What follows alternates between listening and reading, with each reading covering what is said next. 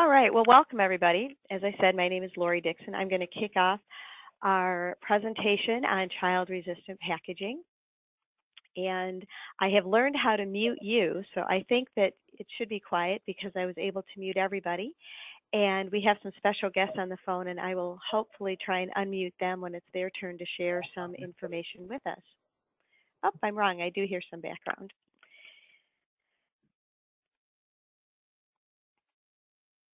So we're going to do a review of some of the testing procedures, some of the testing protocols. Very excited to share the information with you. And as I said, we have some special guests on the phone. So just be sure to mute your phone when you join, because I think I can mute some of you, but if you're coming on with a computer, I might not be able to. There's a chat box. So please go ahead, and if you have any questions, you can pop them in that chat box. And then we can answer questions as we have time. And if not, we can always answer them individually. So first of all, welcome. And at the end of the session, I'm going to go ahead and upload the presentation to our website. It'll be on both glm.com and childresistant.com. And all you'll have to do is click on it, and you'd be able to hear the audio as well as see the presentation. So what we're going to be covering is some introductions, review quickly the PPPA, talk about the classification codes for the ASTM because it's so important for us in knowing how to classify the packages we're testing. We'll share some resources and some tools on preparing to test, and then we'll get some general comments so that we all are on the same page. And most important, we will get some Q&A answered by Stephanie and Stephen from the CPSC. And also Mary Toro is on the phone, who is formerly with the CPSC, but she is currently working as a consultant now. So quick introductions. I'm sure by now most of you know that John Boja has left the CPSC and he's over at the FDA. I know a lot of us used to call him. Our new contacts are Stephen Lee and Stephanie Sinnott, and here are some quick background information. The most important thing for us, of course, is that they will be our contacts for the Poison Prevention Packaging Act and the Child Nicotine Poisoning Prevention, which are both related to the packaging. Their emails are on your screen, and they have said graciously, if you have questions, that you can contact them. Both Stephen and Stephanie have joined the CPSC back in 2015. So they've been there for a while and have been very helpful with me so far in getting questions answered. And I'm looking forward to them answering the questions at the end of our presentation. As I said, we also have Mary Toro on the phone, and Mary was with the CPSC for 30 years. She's now acting as a consultant. And also, Mary, I know that you've muted yourself, but at any point in time you want to chime in, please feel free to do so. And Stephen, I have unmuted you, so you also please feel free to add commentary as we move along. The rest of you, it would be awesome if you just put your questions in the chat box. As I said, my name is Lori Dixon, and I'm president of Great Lakes Marketing, and I'm the director of our Operation Safe Child division. And by way of explanation, we have named our child safety program and all of the child-resistant package testing that we do Operation Safe Child, because the most important thing for us is that parents are willing to let their children participate, so they have to see the benefit of letting their children participate in testing, which is the ultimate goal of keeping children safe. And we also have to make it clear to nursery schools and other such places what our objective is, because they're letting us come into their schools and look at their class records, et cetera. So that's why we call it Operation Safe Child. I've been involved with this testing since the 1980s, so for a long time. I'm an active member of the ASTM and CSA. And most importantly, this year I took over the National Poison Prevention Week Council, so that's been very fun for me. And if you ever need additional information, please feel free to email or give me a jingle. Also, over at Great Lakes Marketing, we have Jan and Deb. If you've worked with us before, I'm sure you've worked with both of them. Jan's been with us for 15 years and is our project manager, and Deb has been at the company 12 years. And there's contact information for them on the screen, and at any point in time you can always give them a shout if you've got questions. So let's get right into it. The Poison Prevention Packaging Act was signed in the early 70s, and this has been the guidepost. So, of course, we know the purpose of this is to protect children from serious personal injury or serious illness resulting from handling or using or ingesting hazardous household substances. The key thing with this phrase is that the CPSC regulates substances. They do not regulate packages. So if you're looking, the regulation lists the substances that are regulated, but they don't tell you what packages you have to use. So they don't have guidelines for packages. What they're telling you is they have to be in safe packaging, and then they define the safe packaging. The Consumer Product Safety Commission has the regulation under 16 CFR 1700. So typically, this is what you always hear, and you'll see it referenced in other places that you need to test according to 16 CFR 1700. And just for clarification, the 1700.15 is the actual packaging standards, and .20 are the procedures. So when you're referring to them, you're actually referring to the procedures that are 1700.2. And again, this is relevant because when you fill out your certificate of conformity, you'll be referencing that you were testing according to 16 CFR 1700.2. So in this one paragraph, they've defined in essence all of the elements of the PPPA. You're to use packaging that's designed or constructed to be significantly difficult for children under 5 years of age to open or obtain a toxic or harmful amount of substance contained therein within a reasonable time and is not difficult for normal adults to use properly. So in essence, the goal of the package is to be difficult, but they are not impossible. That's why they're called child resistant. When it says under 5, it means children 3.5 to 4.25 years of age, specifically determined to be those ages. The toxic dose is defined by the company that puts the harmful substance in the package. And this is really important because you have to be child resistant to the toxicity level of that substance if you're using unit dose. So if you would ever change the toxicity level of what's going in that package, you would probably need to redo your report or at least update the report so that it's clear what the toxicity level is for that product and for the F failure rate. So how many units somebody can get into, which is considered the toxic amount. The reasonable amount of time is 10 minutes, so it's enough time, hopefully, for the guardian to find the child and take the package away. So again, it just goes to these being safety packages and child resistant. They're not going to keep a child out forever. The phrase that says not difficult for normal adults, this is tested against the senior test and, of course, the screening test to make sure that they are, in fact, normal. And to use properly goes to the resecuring test to be sure that it was closed correctly and that the children cannot open it after it's been closed. So this one paragraph really sets all of the structure for the protocols that we're using. You'll see in other places, for example, the packaging for the liquid nicotine containers. 16 CFR 1700 is referenced in here. You can see how it's referenced that 1700.15 is the standards and 17.20 is the testing regulations. In other laws and standards that come up, they'll often reference this right here, 16 CFR 1700.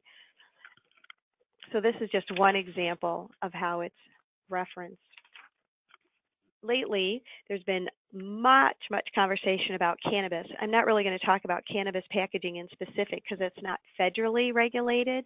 But for example, the California law says that the packaging has to be child resistant. So if you see in that second paragraph, child resistant packaging requirements used to be fulfilled using either individual product packaging or exit packaging, and beginning in January 2020, the cannabis and cannabis product packaging must be child resistant. Across all the different states, when they refer to child resistant, they will typically go back and refer to 16 CFR 1700. So that's kind of the gold standard. I just want to share one other thing that has come up a lot. There's also the ASTM that has a standard classification for child-resistant packages. And sometimes people say that they need to test to or test according to this classification. And in essence, this is really just a classification. So the Poison Prevention Packaging Act says that safety packaging is to be used. And this is an example of how they're classifying the different safety packages. So 16 CFR 1700 gives the standards. This is just telling you the different classifications that are used. So there are several different types of child-resistant packaging, and the classification helps us to determine what kind of test is done. So this particular classification lays out the different kinds of packages that are listed on the right-hand side.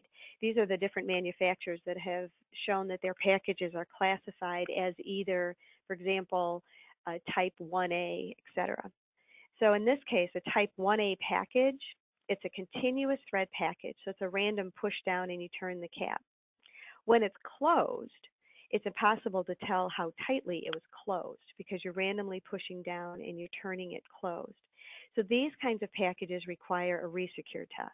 And this is done to meet that definition that safety packages have to be used effectively. Conversely, a type 2A package kind of snaps. Sure, you've all used them at one point in time, but when you close them, they snap shut, and therefore you know that it's closed. So you don't need to test it again with children because you already know that it was closed. So when we start talking to you about testing packages, we always want to know what classification it is because it determines at that point what kind of testing is going to be done. And just as that classification is, it's copywritten by ASTM, but if you ever need to know what classification is, you can just send us the package and we can find it on that listing for you. If you want additional resources, we have GLM.com, and if you look under the far side where it says child resistant, on one of our pages we have all the different regulations, so you can always click on them and find your particular regulation, or you can find where you can buy it. So if it's not a public document, then you would have to purchase it, but you have that information on our website. We also have childresistant.com, and on this website there's more definitions about the different types of testing that need to be done for specialty products and accreditation and things of this type. So you can go to either one of those sites to get additional information. And by tomorrow, this webinar will be on both of those sites. So just to put things in perspective, in reality, you don't have to test your packaging with a third party, but you do have to have a safe package if you put a harmful substance into the marketplace. So as a responsible manufacturer, you're going to want effective packaging. So you have to test under the worst case scenario or the most likely worst case scenario. So when you're deciding how to test, you want to keep in mind that you're doing this because you want to safeguard children. So that might require you to think through what's a likely scenario of how this package is going to end up in the household. That may require you to cycle the packages. If it's a big bottle and it's going to be used for a 200 count, you might want to open and close it 200 times because that's the real scenario of how that package is in the home.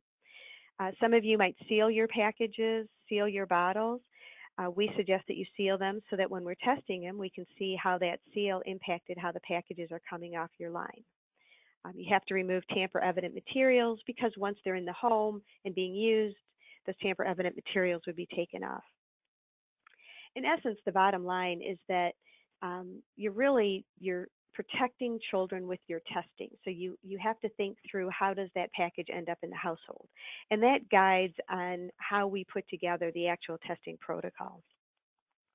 The test results are the main deliverable, and that test report has to fully explain everything that was done for that test. So even though the protocols are standard, you still have to document exactly how the packages were prepared.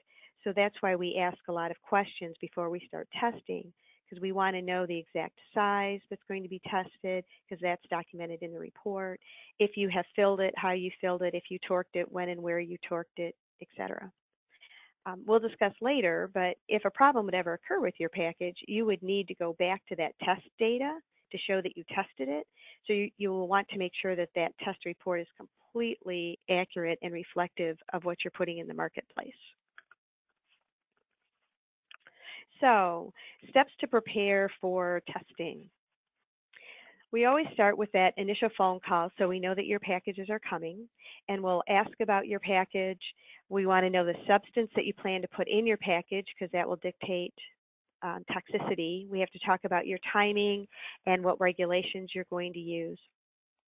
We are always happy to review a package before we begin testing to make sure that it's logical to test, to determine whether or not you need a resecure test, and to make sure there are no risk factors associated with your package. Remember that we take the packages that you send us into nursery schools, so we have to make sure that they are safe, that the placebo is safe, and that there's no reasonable expectation that a child would be harmed in the acts of trying to open your package. We have you fill out a setup form, and the setup form I'm going to show you in a second, but that goes back and reminds you of all of the things that are important in getting your test ready. So when we get the packages, we check them over to make sure that no harm was done in the shipping. We confirm that the placebo is safe to be taken into the schools, and the placebo has to represent what it is that is ultimately going to be in that package. We can prepare the packages for you. We can torque the caps on. We can fill them with water, etc. But it's important that there is some kind of placebo in there because it makes the test more realistic. We can also cycle them. And again, you know, it's good practice on your part that you cycle them because they have to be child resistant for the life of the product when it's in the home. And then the final step is that we would brief our testers to make sure they're familiar with any specific situations with your package and how to define a failure, et cetera. And then the last point is that the testing begins with either the children or the adults. What we always recommend is if you have a package that does not require a resecuring test, but if you think that it's more likely that seniors are going to struggle with it, then we would test the seniors first. If you think it's more likely that the children might get into it, then we would test it with children first. Because we may as well find out if you've got a problem before we go through testing with both panels. Throughout all of the testing, you'll always receive updates. If it's trending poorly, we'll let you know so we can discuss options. But over the years, and as I said, I've been doing this forever, the panels are very consistent. When we quickly review the protocol, you'll see that it's very consistent how the packages are tested, exactly what the environment is, exactly what the testers say. So if you're starting to trend poorly, you can assume that as testing goes on, it's going to continue along that same line. At the end of the study, we issue the report and the information that you need for your certificate. So this is the form that we typically send, and it's a great worksheet to go through. Of course, we need your contact information. You have to determine what test standard, so whether it's for the CPSC or the EPA or if it's an international standard. So you tell us what standard you want, or we can walk you through what needs to be done. We are accredited for all of those different standards, but there are minor differences. For the panel size, you have to do a minimum of 50 children for the U.S. test regulations and a minimum of 100 seniors, but sometimes you might want to do smaller tests just to see if it's trending well or if it's worth your effort. We need to talk about the package contents because we have to make sure that the placebo is appropriate and safe to take into the schools. We need to discuss where the directions will be and if you have any special requests for how you want the data back, how the packages are prepped, and what the failure level is based on your toxicity. All of this information has to go into the report because the report needs to be reflective of what's in the marketplace in case, again, you need to show that you've tested what you've put out there. And then the second part of that form is just all of the package identification. This information that you give us is put directly into the report. So if you would ever have to change your package, you would want to make sure, and you might want to check with the CPSC or check with us, but you want to make sure that any changes to your package, they may trigger you to have to retest it.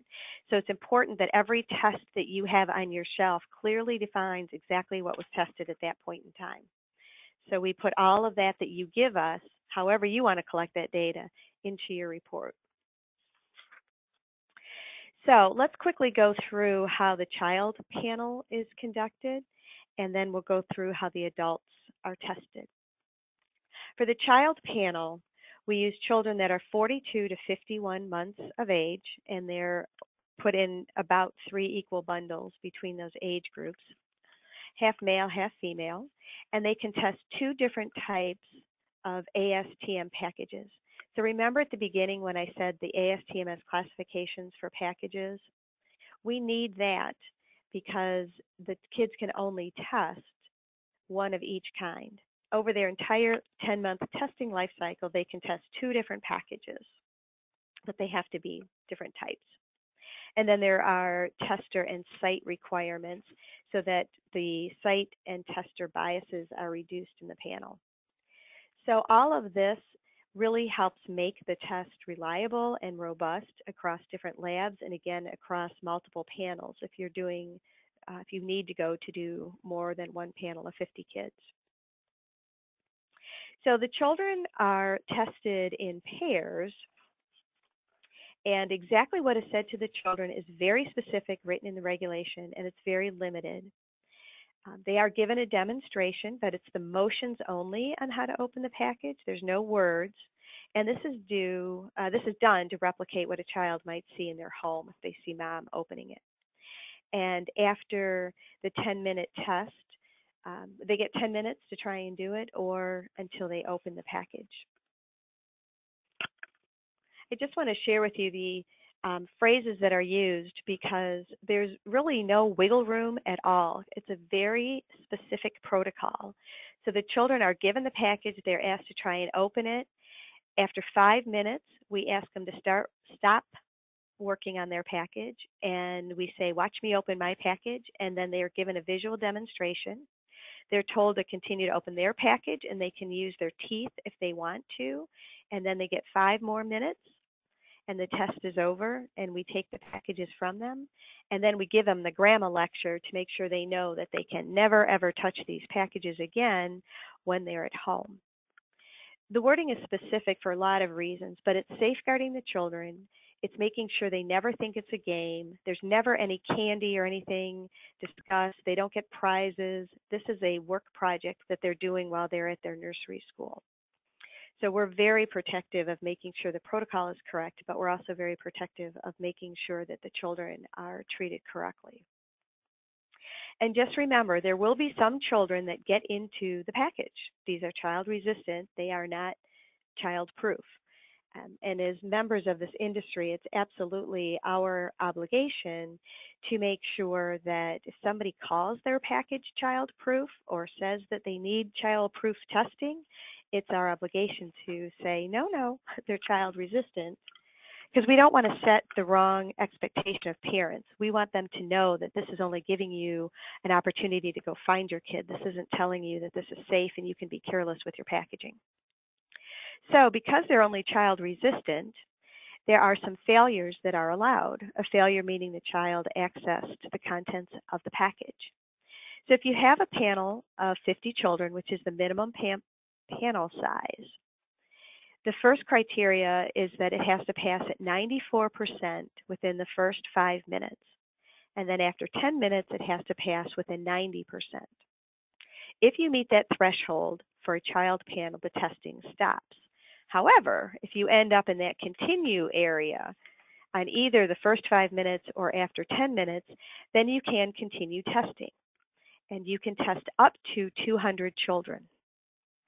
But I have to tell you that we've been doing this, as I keep saying, for a really long time.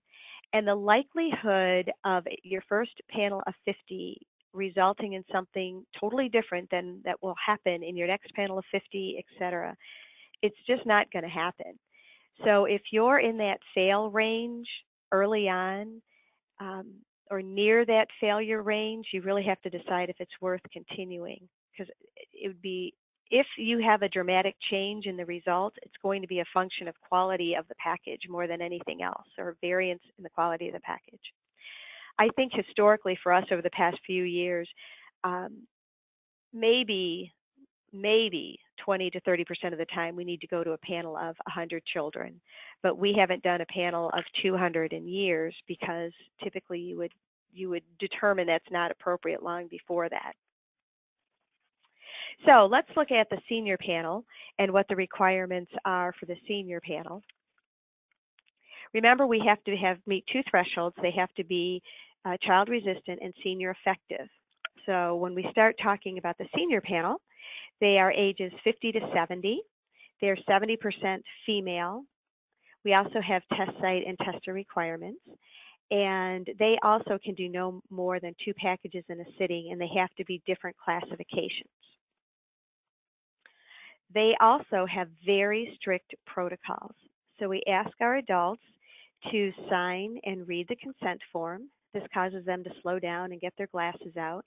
And the consent form is part of the protocol, so you cannot embellish it with any additional instructions. You ask them to open and properly close their packages, and you point to where the instructions are. If they stop, you can say, are you finished with the package, or would you like to try again? But you're not, the protocol does not suggest that you keep prodding them on and forcing them to take the full 5 minutes, although they're given 5 minutes for the first package to see if they can open it. After they open it, they're asked to empty some contents, and then they're asked to close the package properly according to the instructions, wherever the closing instructions are. And then they repeat it, and the second time they do the exact same thing, but it's only for 60 seconds. The concept is that if they're given a new package, it might take up to 5 minutes to figure out how to open it. But the second time they're given that exact same package, then the expectation is it should only take 60 seconds to open and close it. Earlier I said that we do a panel of normal senior adults. The test for normalcy is if they're not able to open that first package, then they're asked to open regular package.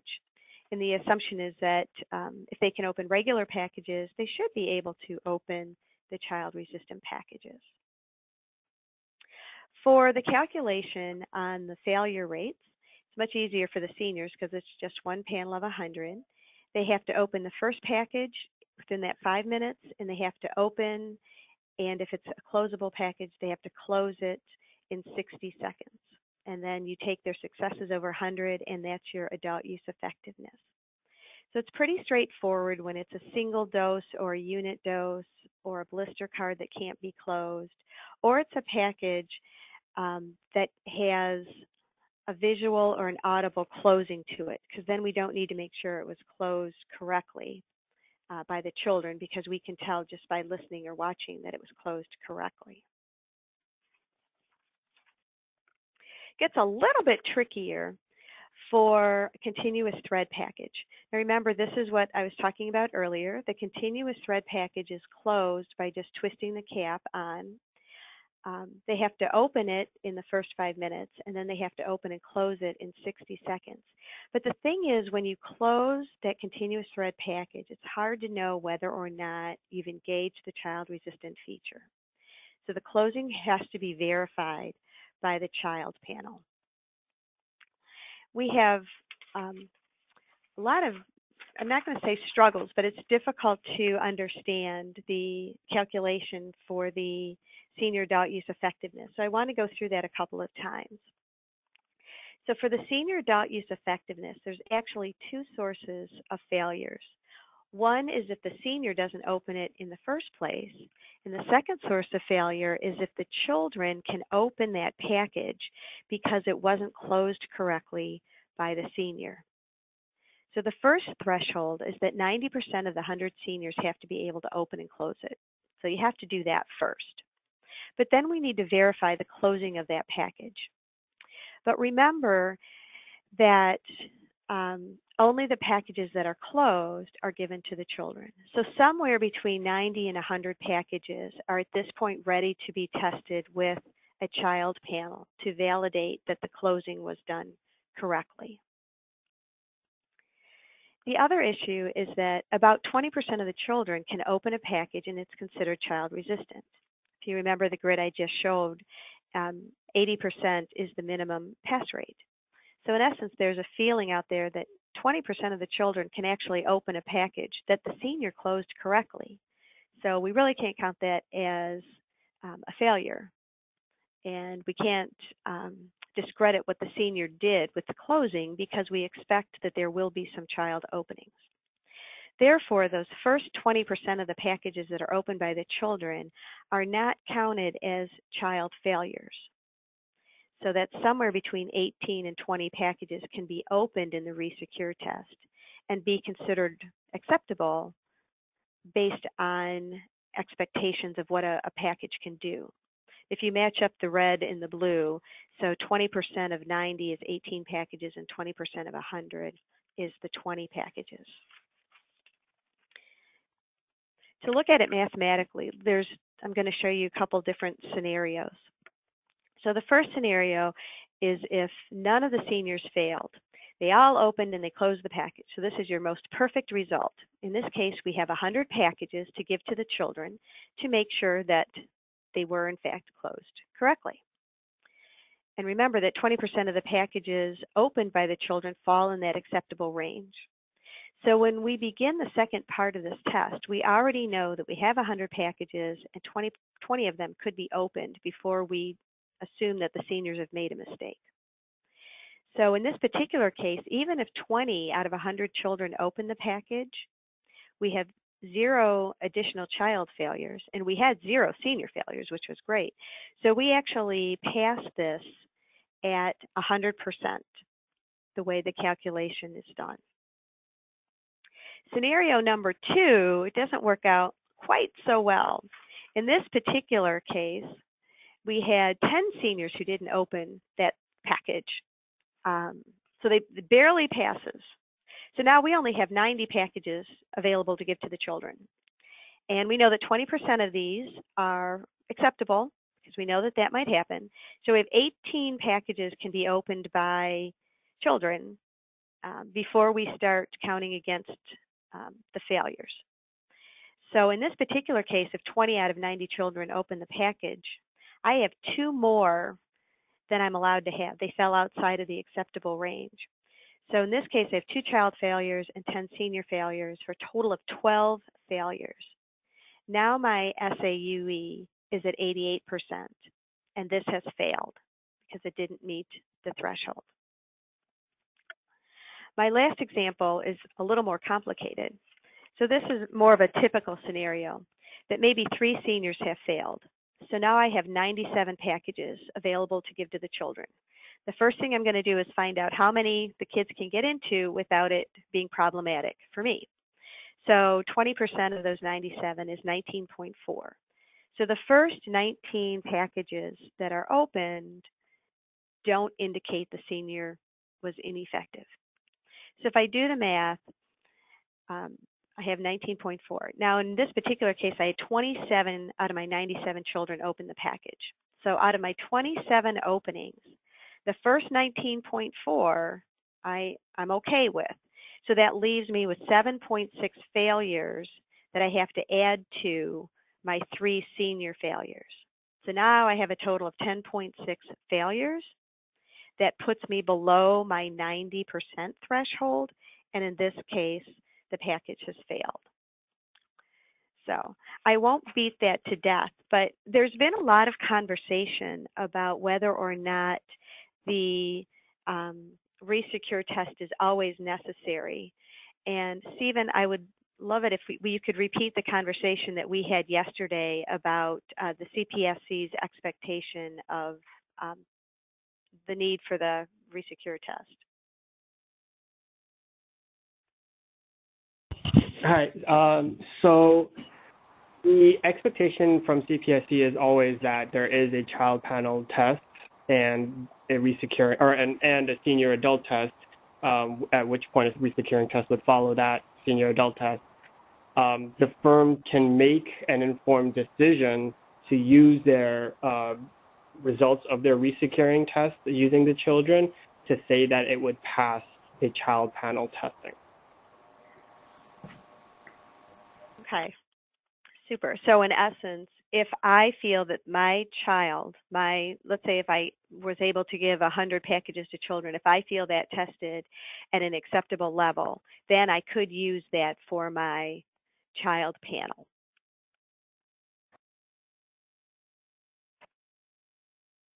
Okay. Yes. Yep. Okay. So what we normally do is we will run the calculations and help you determine if you should go ahead with the child panel. But if you're ever squeaking by at the adult level, then squeaking by at the child level, it's always appropriate to do the child test with it. So I'm going to mute everybody again because we just got all that background noise. But I want to talk a little bit about package preparation, and then we'll get into some question and answers here.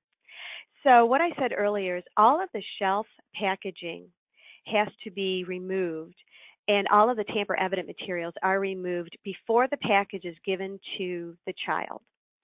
And it's the tamper-evident materials are removed before the packages are given to the seniors as well. So tamper-evident materials should never be confused with child-resistant materials. When you're preparing the packages, either you or we will apply them at the same online torque as that you apply in the packaging line. So remember, the goal is to make sure that what we test is what's actually getting into the marketplace. Because the caps might need to take a set, if you have a threaded cap that you think will take a set, the caps are put on 72 hours ahead of time and they're rusted. And then before they're given to the children, the cap is taken off and put back on again.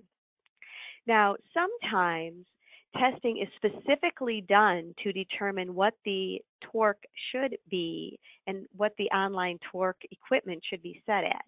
In those cases, you would just need to tell us, this is the torque we want it to be. We've already done it. Don't touch it. And then we would put in the report exactly how the package was prepared. So you can do some R&D at your level trying to determine the best torque. But if we're not told otherwise, then we would follow the regulation, standards in the protocol, which say that the cap is removed and put back on correctly before the package is given to the child.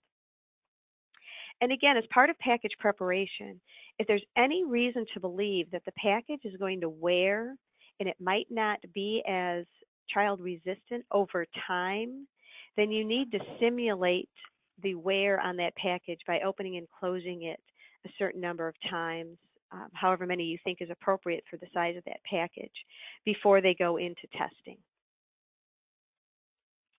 Sometimes packages need to be opened with tools. So if your particular package needs to be opened with a tool and it's available at the retail level, then you provide that tool to the adults and to the children. So if it is sold with a little screwdriver or a little pick or a little metal piece or something so you can open it, then it's available. It would assumedly be stored with the package, and that's provided to adults and children. However, if a tool is pictured, most logically it's a pair of scissors, but that tool is not supplied with the product, then it's provided to adults, but it is not provided to the children. And this is the assumption that the adult is going to read the instructions, see that scissors are needed, and they're going to go get the scissors. It is also assumed that the package would not be stored with scissors, so that's why they're not given to the children. With respect to the instructions, whatever instructions are available with the package at retail, those are the instructions that are given to the consumer to help them open it. And it can be directions that are on the outside box. We would give them the box separate from the package. It can be an instruction sheet, whatever is available at retail, they are allowed to have when they attempt to open it. But it has to be the same font size, etc. So if your instructions are going to be like a 6 font size in real life, then we wouldn't be testing with anything larger than a 6 font size because that wouldn't represent what's happening in the marketplace. If you have prototypes and you're not exactly sure what the instructions are going to be, we can certainly test different instruction sets as part of your R&D piece. but whatever goes into the final test would have to be what you're going to put in the marketplace. And just remember that you really, if you're a package manufacturer, you're not the one putting the material in it. If you're a package manufacturer and you take a lot of that label with opening directions, you're telling the customer, whoever uses it in the end, that all of those same opening instructions have to be on the package. So you have to be careful with that, because the expectation is how we test it is how it's used in the marketplace. With respect to the number of packages that we need, it's always in the proposals that we send out. But because each senior adult gets 2 tries, a 5-minute test and a 1-minute test, they need 200 packages. And then each child gets their own package or gets access to a toxic amount. So we have to give each child enough to determine if they got into a toxic amount. Plus, we have to demonstrate a package. So that goes into your count when you're determining how many test packages to create. And for us, just something that's coming in June of 2019, we're going to be introducing a seal that you can put on your packaging to show that you went through all this rigorous testing. So I am now going to turn it over to some Q&A. Remember, we've got Mary and both individuals from the CPSC.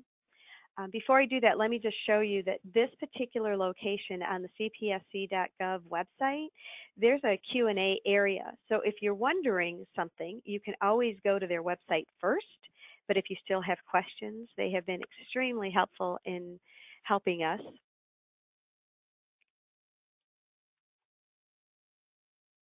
So one of the first questions that came up that people want answered, and I'm going to make sure that I unmute everybody, is for either one of you at the CPSC to answer. What triggers action by the CPSC against a company?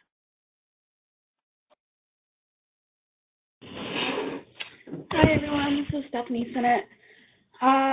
So there's a couple things that can trigger action. Certainly if the firm receives a complaint or an incident, becomes aware of an incident, that has to get reported to CPSC, and then staff would review the information that's provided.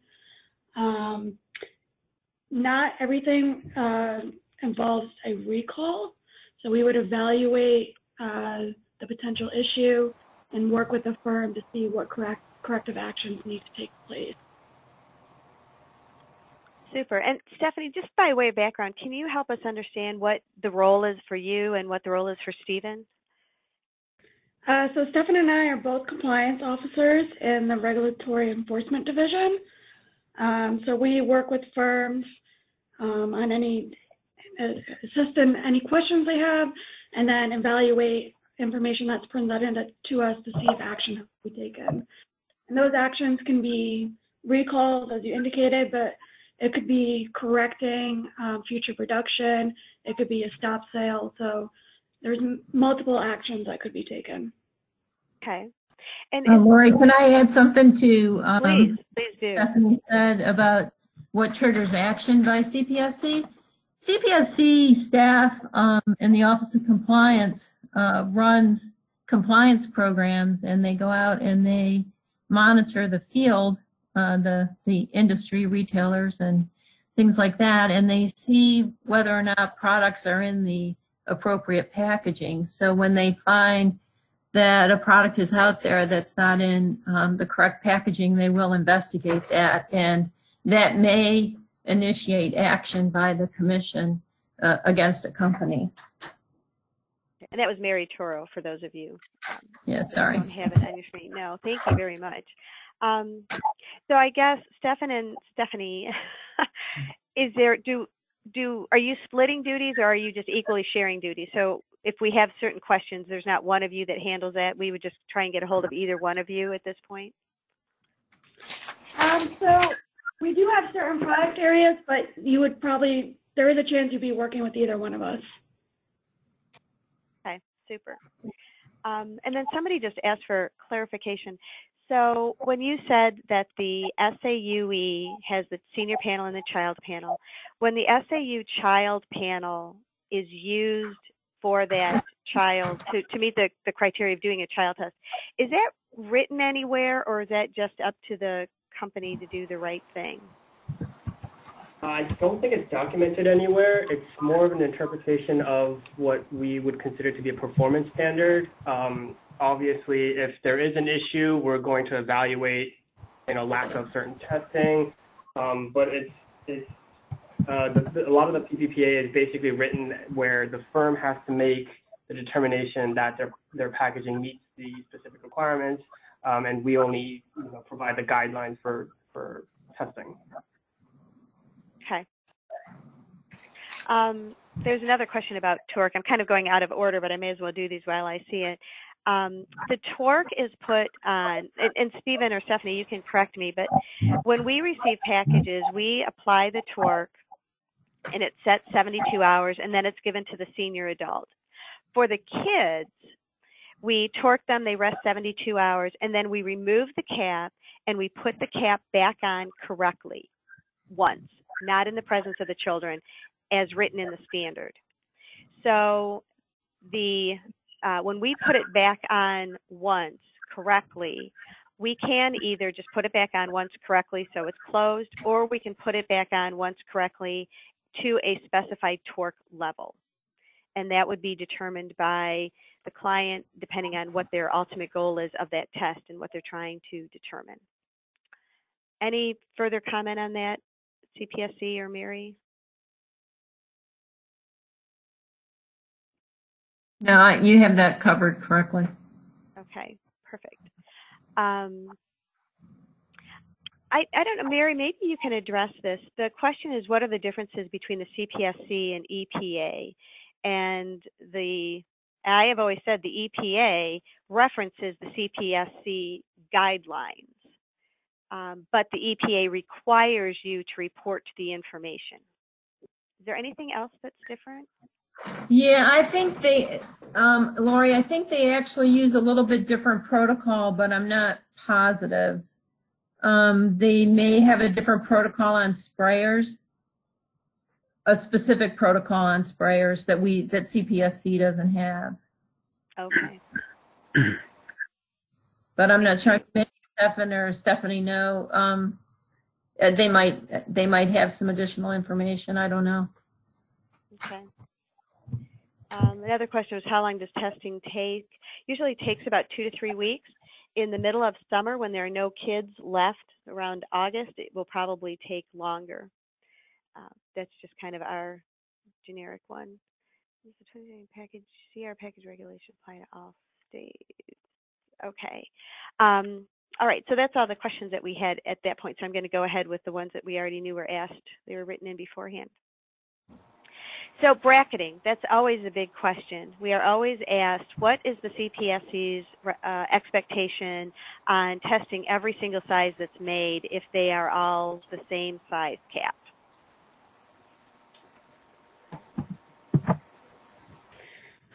Sure. So first and foremost, we always advise to test. So certainly a change in the bottle size can make it easier or harder for a child to open. So we always recommend testing as much as possible. However, we don't mandate what the testing program has to be. So some firms do rely on bracket testing. Typically, this is testing the largest size and the smallest size. We also advise that in-between sizes or intervals is used to test in the middle. Certainly, if there's ever a question about a package and CPSC staff is evaluating it, we would also evaluate your testing program to determine how you determine that the package would pass. Okay. And I'm sure someone is going to immediately ask me, is this written anywhere, or again, is this the manufacturer's interpretation of a performance standard? This is the interpretation. And I want to say the staff has given guidance on bracketing too, so it's more than just informal guidance. The CPSC compliance staff has given guidance on how to bracket. Oh, that's perfect. So if a company wants that guidance, they would just contact the CPSC and explain what the whole program of packaging is, and then they would get guidance on what needed to be tested?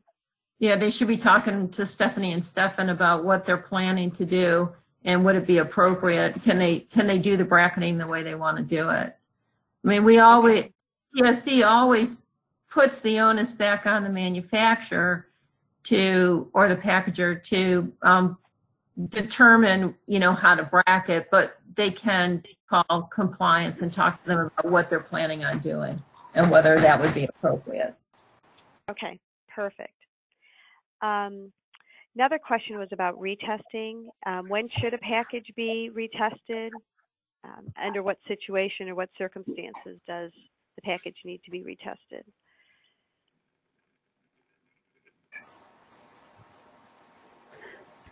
So a couple of things can trigger retesting. Certainly if there's ever an incident or complaint that the firm receives, they might want to think about retesting. If there's a change in the manufacturing process or a change in the supplies that are used to make the resin or the material, they would want to think about retesting. Specifically to unit dose packaging, if the actual substance is changed, meaning like the hardness of the pill, if it's like a blister pack, or the shape of the pill, that could also change how the substance performs in that package. And then, as you talked about before, if the toxicity or formulation changes, and that's going to change for the unit dose package, they would want to think about retesting as well. Okay. While you're on the phone there, Stephanie, can you address the question if testing is needed to be done if the product is for hospital use only? So if the product is for hospital or institutional use, it's not required to be in CR packaging, child-resistant packaging. It's only if it's for consumer use. Oh, yeah, so just in the household. What's the guidance on physician samples? So for physician samples, because it's getting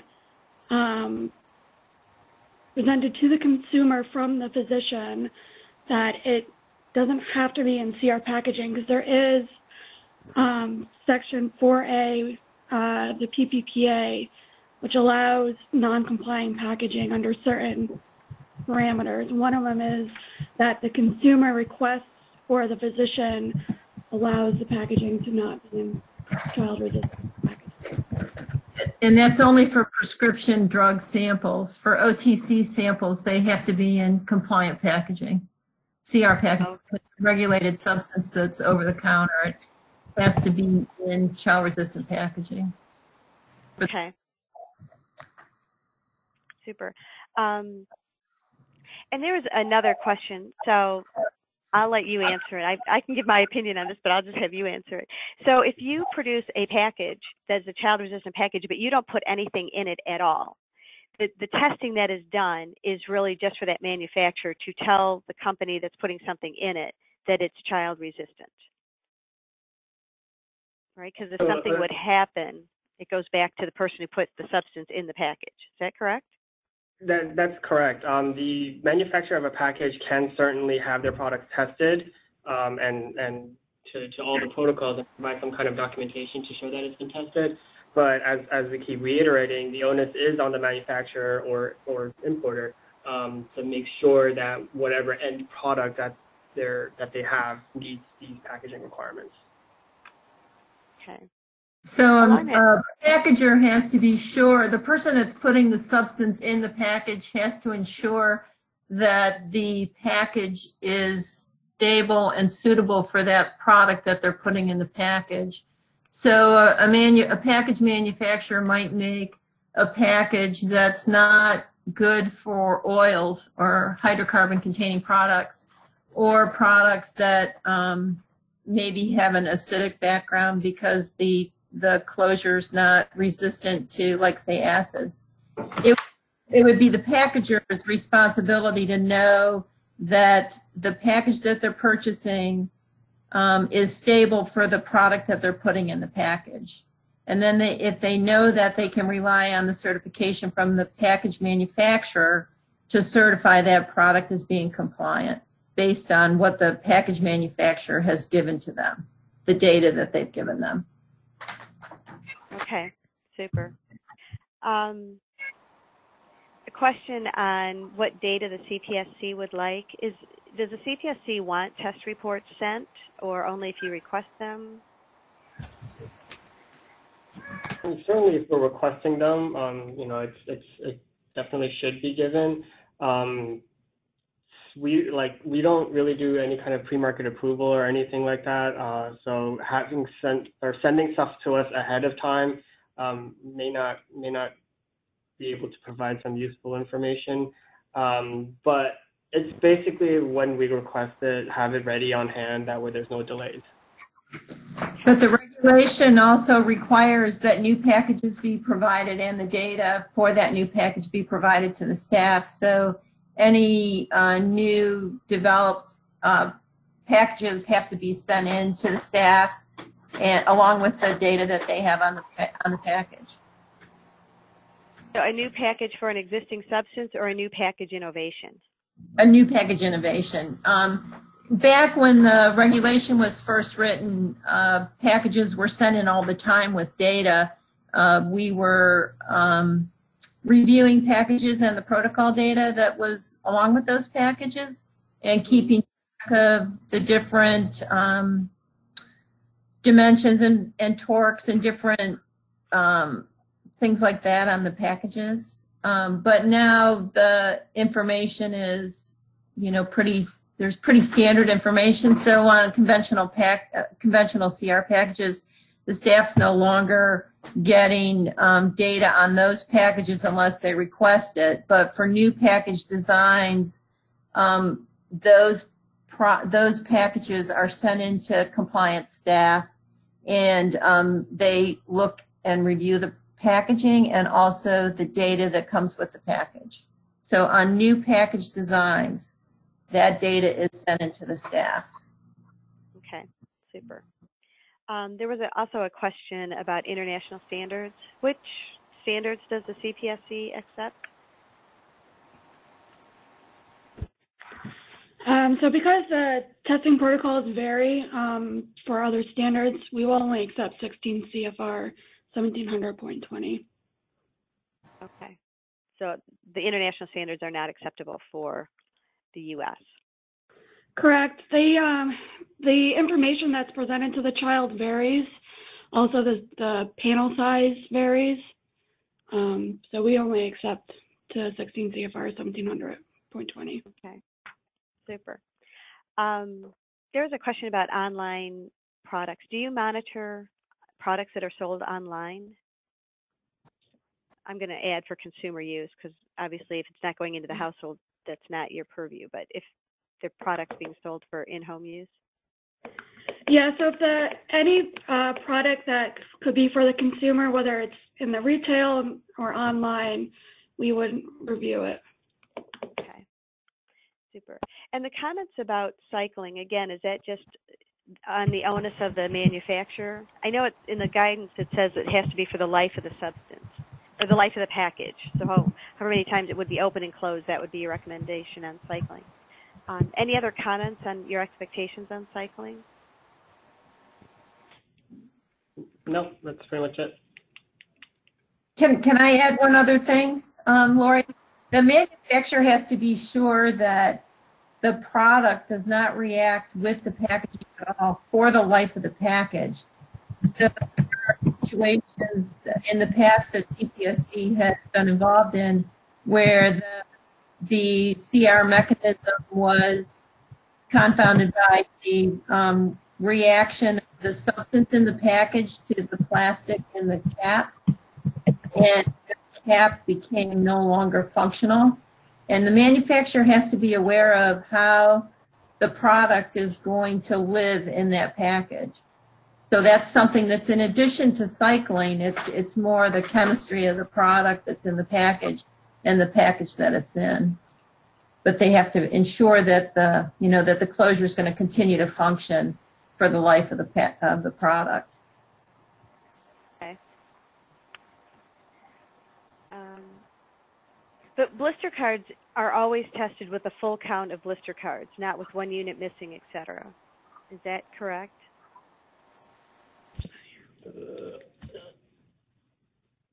Can you repeat that question? So it was brought up that, we cycle the packages because we want to know how they will withstand use in the household. So you open and close it a few times. But with the blister card, they're always given the card with, let's say if it's an 8 units or 8 cavities on the card, the children are given the card with 8 units on the card in place. They're not given a card with 1 missing. I mean, typically our recommendation is to give it as it's presented at retail. So however it would come inside the retail packaging. Okay. So even if it's been in the house for a week and there's 3 taken, they would still get it with all of the units still in place. Is your typical recommendation? Okay. Okay. And then we just talked about this, so we don't need to reiterate the empty vial and cap. You just went over that a second ago. Some question about the logic of testing a pouch with seniors. If it's going to be opened with scissors, and the assumption is a normal, quote unquote, normal senior can use scissors correctly, is it appropriate to test a pouch that has a scissor icon with seniors? Is it expected that test will take place?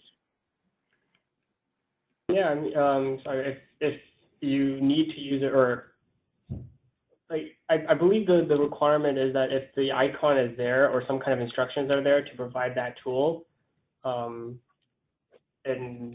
that's the guidance that's there. Yeah, but we're getting questioned on is it really necessary to have a senior open a package if they're getting scissors, because seniors should be able to use scissors if they're a, quote, normal senior. But I guess what you're saying is your expectation is, yes, you would still prove that it can be opened correctly with the scissors. Yeah. Yep. Yeah. Okay. And the request, we've had people say, why are you saying use your teeth when it would be illogical? For example, on a gas can or a pail or something like that. Gas can was a bad example because that's the other regulation. But on a pail or something in which it would be illogical to use your teeth. Well, I mean, it's pretty much a worst case scenario type situation. I mean, not all people are going to react the same way, or not everyone's going to think that it's illogical or logical. So it's just to get at that worst case scenario. Okay, super. All right, so we've hit well over our hour. So I really appreciate all of the insights from the CPSC, and Mary, it was great to have you on the phone. You have the contact information for all 3 of those consultants, so you've got that information. If you have any additional questions, you can call or email me, and there's my contact information. And we will put this up on our website, so you can find it or share it with others if you want to. Hey, Lori. Thank you. Can I interrupt you for Sure. just a second? One of the questions that came in asked about the certification of a bracketed a product that was tested by bracketing, and it asked how to on the certification, and you need to note that you tested the sizes that were tested and you're bracketing the other sizes. So you have to say which bottles were actually tested during the protocol testing. Okay, and then you just reference the other ones that you're hoping to, in essence, cross-qualify with that? Yeah. Okay, excellent. All right. Thank you so much, everybody. Have a great rest of your afternoon. Have a good Passover, Easter, and Good Friday, and all that, and enjoy spring. Thank you. Thanks. Bye. Take care. Bye.